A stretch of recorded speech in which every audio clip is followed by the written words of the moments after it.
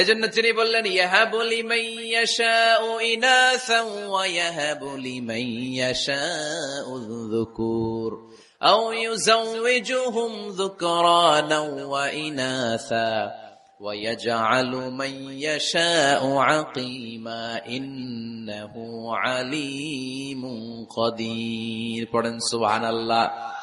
আল্লাহ ডেকে বললেন আমি এমন এক সত্তা, আমি যারে চাই তারে ছেলে দেই, যারে চাই তারে মেয়ে দেই, যারে চাই তারে ছেলেও দেই মেয়েও দেই।